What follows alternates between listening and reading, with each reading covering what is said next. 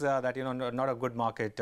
188 crore net profit versus a pool of 176 crore on Colgate, and that's of course at least one area which is trying to hold the market. FMCG consumption space. One good thing about Colgate is that it's now effortlessly, or not effortlessly, perhaps with a lot of effort, now defended that Patanjali thread. Okay, that volume growth number is not good, because I think the 1085 crores is actually the top line number. So that is less than what the street was estimating. About 1136 crores was the estimated number.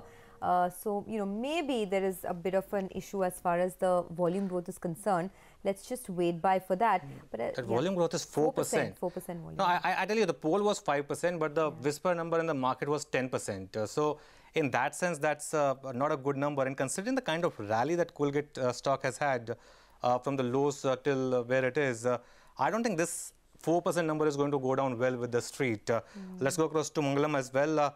Mangalam, this volume number is a bit of a disappointment for sure. Absolutely, Anuj. The volume number is a disappointment. More than that, what I'm looking at is the company's market share. The market share has declined to 53.4%. Remember, last quarter they did 53.7%, which is an 18-quarter low. So for me, apart from the volumes, the most important point for Colgate would have been the market share. The company is doing everything it can to propel sales coming in from its naturals portfolio. However, market share decline is something that the street will not like, especially given the fact that the stock has seen a 13-14% rally in the last 5 days, sitting at a record high, unable to stem market share erosion. It has now, with 53.4%, the company has now eroded nearly 400 basis points of its market share from peak market share of around 57.9, 58% as well. So the market share, according to me, is a bit disappointing. Apart from the numbers, yes, volume growth of 4% is slightly below our expectations and much below the whisper number. But market share erosion is something that is a bit of a concern. This is a very interesting number actually, Sonia, because EBITDA is actually above estimate, profit number is above estimate, the revenue is below, and that's because the margin is good. So EBITDA margin of 28% versus a poll of 26%.